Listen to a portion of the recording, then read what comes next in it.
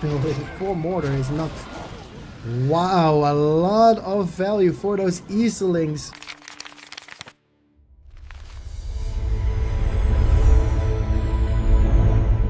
Welcome to Come On Below. My name is Enrique and this is the ladder. We are changing it up a little. I have been thinking about how to structure this segment a little bit more.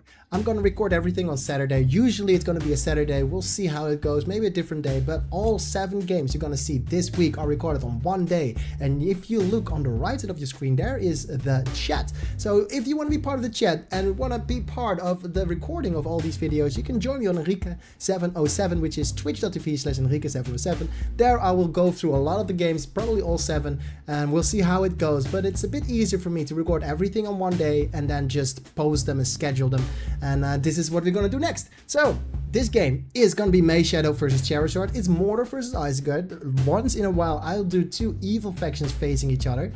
And yeah, we playing on Rhudaur Hills. If we look at Charizard, also known as Pear using the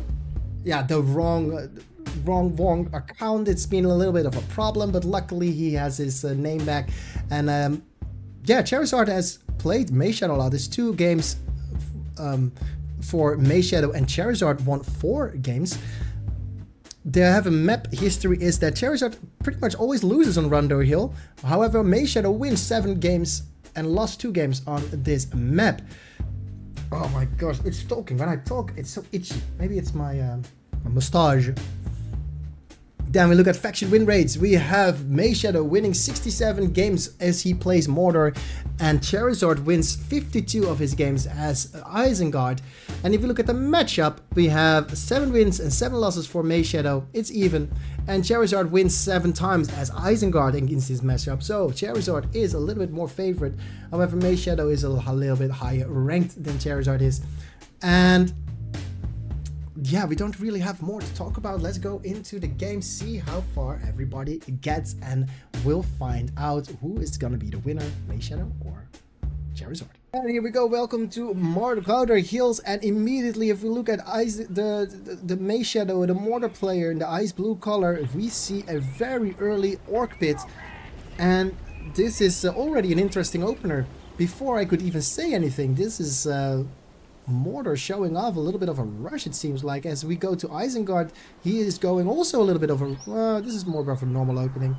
Usually you go 3 furnace and then your stuffs, but 2 furnace and then your production is also fine. It's kind of normal. But very quickly an orc pit. MayShadow immediately going for some orcs and some pressure, probably sending it to the other side of the field to scout out what our friend Mr. Charizard is gonna build. And he goes for 4 furnaces into a he's going for 4 furnaces with a clan steading. Here come the first battalion of orc warriors. Let's see if some damage can be done.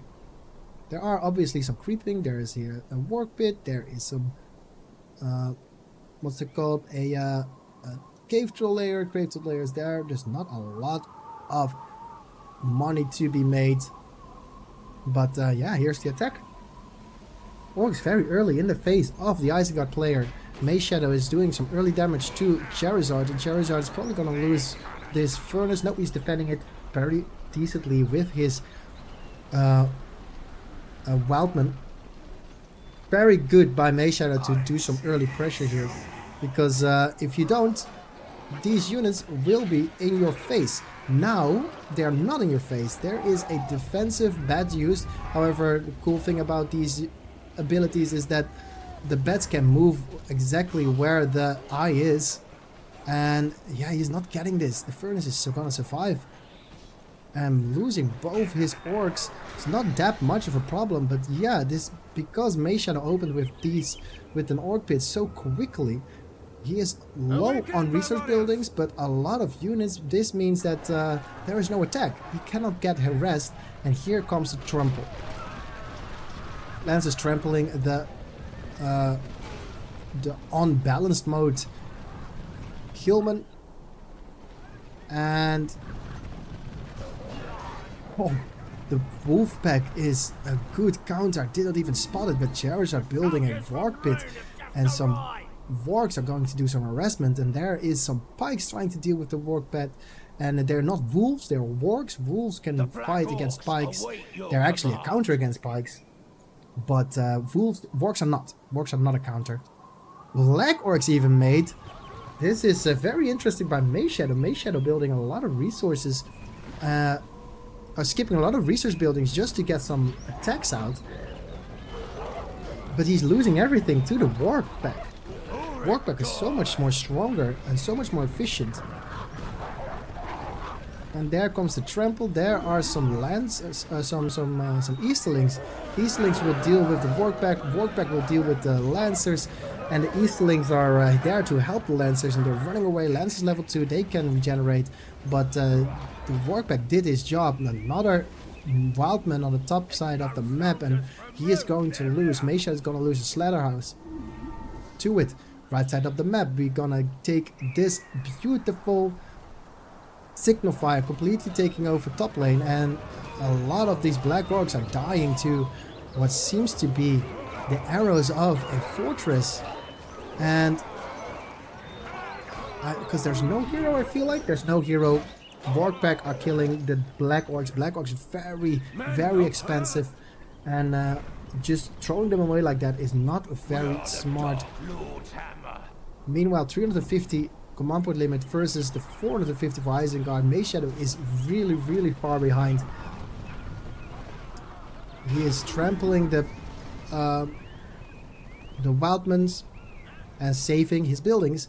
Middle of the map, a lot of those Warg packs. Warg packs are so powerful. They're a very underutilized bit of army, and a Wargen being used for a lot of extra damage. Pretty much trying to go for a production building. That's usually not what you want to do, but maybe Charizard's a bit distracted by the armies on the bottom side of the map, as there is just a group of orcs being very annoying. He sends his crossbow units there to deal with it, and a Wargen being used by MayShadow to try and fight off the Pike combo with some Wildmen. And oh, not paying attention. Oh, unfortunately losing his Wildman, trying to save the rest of his armies. But there is the Warg Riders with the Warg pack, and this is not enough for the Lancers to deal with. He needs Pikes, but there is no Easterlings, no Pikes. There is finally some production going up. 475 command point limit versus the 500 for Isengard. Very well very well chosen. Right side of the map, we have a little bit of harassment. Mordor Pikes are not, the Eastlings are not going to do well against the Crossbowmen plus Wildmen. Left side of the map, the Wargs are being chased off by some Easterlings. He did lose, MayShadow did lose a builder. That's very good, because there's already a lot of resource buildings there, and losing his Howl plus attack position on like a resource building for Mordor is not. Wow, a lot of value for those Easterlings. Wargs just getting destroyed by one battalion, but they're trading a lot of the resource buildings, and a lot of damage is done to the base of MayShadow. MayShadow is not doing very well. MayShadow is doing some extra damage on the base for Charizard. Charizard is trying to build up his forces, because I did not pay attention to it, but our friend Charizard is losing a lot of his buildings, just as he is taking a lot of the buildings, and it's 600 command points versus the 400 of MayShadow.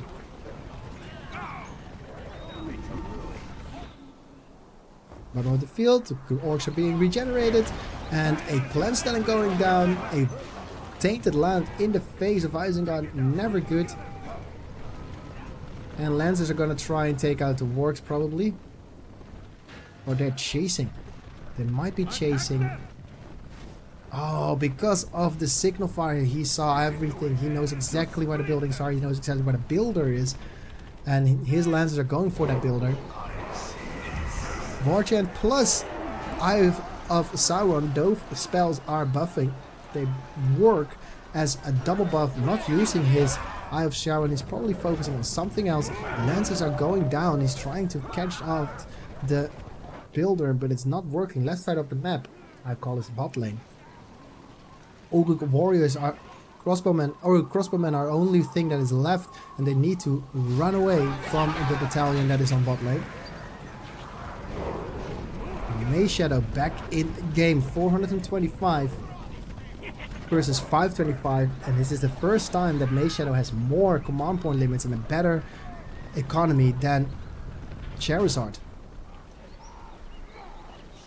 MayShadow combining his troops, fighting a war-chanted army. It wants to retreat. There is a ballista expansion on the fortress, signaling that MayShadow is definitely in the lead, has map control, has vision all over the map, does not have this signifier yet, but that could change it even more in the favor of MayShadow. Charizard on the back foot, and let's focus on something that we can think about of learning about what happened here. Ooh, Wildman Summon trying to destroy a level 3 Haradrim Palace. Probably gonna happen actually, with the Wildmans doing extra damage. And there it is, doing a lot of production damage, and it needs to be rebuilt. Immediately being rebuilt, palace being built a little bit in the front, covered by Call of the Horde. No money for Call of the Horde. Oh, there's a little bit of money. 3 units are going out, and he fills up his 1000 command point limits quite easily with this 10 command point, 10 spellbook power, 10 spell point power book thing. Signal fire being taken. Big army in the middle of the map. MayShadow is going to try and overwhelm the hurt Charizard with only 575 versus 675. It's 2 extra resource buildings coming in. Ballista doing a lot of damage, doing a lot of work. And a trample of the pikes. Not very smart, but it's not very necessary as well. Very much of a problem, because the big army of MayShadow is destroying the upgraded unit. There is War Chant, there is Eye of Sauron. The double buffs are going to destroy a lot of buildings here. Running through the base. There is the debuff. Oh, no, a builder survives.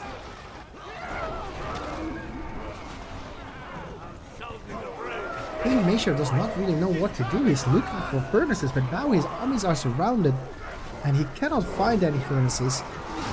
Maybe find something. He's just running inside of the base and not doing anything with his push. He was double buffed, but also a little bit confused, and we have some Haradrim arches. The level 3 or the tier 3 units of Mordor are coming on the field, and it's 775 command points for MayShadow versus the 500 of Charizard. Signal 5 being taken over again. Mordor wants it. And Isengard needs to find some places to build furnaces to get some income in. No heroes yet. If you look at the money, we have almost 1,000 resource, 1,000 command points, and lancers are going down. Very well done by Charizard. Creeping for MayShadow, taking those cave trolls. Is he fast enough to take it, or is Charizard just gonna yonk it? Top side of the map, we got some pikes fighting the Haradrim archers. Haradrim archers a little bit too strong, cannot fight this army. And yeah, another. Ooh, he did not spot it. Charizard did not see this, and that's a lot of money. He might be able to build a flyer. Flyers are kind of the team, the bad. Wow, a lot of rebuild, a lot of replenish because of these. Yep. Tainted land being used. Production is going down. Glensteading is going down. Left side of the map losing a furnace. Is he going for it? Oh, he's destroying the ballista. That's an extra 600. Very quickly going down. A trampling into the pikemen. Losing a lot of warp riders. Lancers are trampling the crossbowman. Eye being used, and he's doing damage to the fortress. Oh, he's doing both damage to... Wow, fortress is getting a lot of damage. He just needs to adjust his eye. And there is no production anymore. He's taking down the production, and there is the surrender. There is the surrender. Game over. We saw Charizard fighting Mr. MayShadow. MayShadow, one of the staples in the game. Very strong player. He is always a little bit on and off. Sometimes getting banned on stream, but always getting back on stream. He is one of the solid streamers, and he is one of the solid players as well. Not something to frown upon. Playing Mordor against Isengard, beating Charizard, and yeah, reminder for you guys, we're doing a whole new segment. This is now my end screen. You get used to this look, and yeah, if you want to play this game, go to BFME2.com. There is a all-in-one launcher. You can download it, and you don't need to have the game. You don't need to patch anything. You just play the game. Download the all-in-one launcher. Go through the guides, and you'll be able to play super easily on the arena, playing one of these pros if you feel like it. If you want to go to twitch.tv/Enrique707, there you can find me, and we can help you out if you have some trouble installing the game.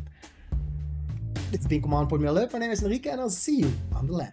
If you like this video, and if you think this daily idea is pretty awesome to get a little bit of update of the ladder in the arena and Battle of Middle Earth, feel free to follow the channel and like the channel, like this video, subscribe to Command Point Middle Earth for more videos, and I will see you on twitch.tv if you want to follow the making of and the production of these videos.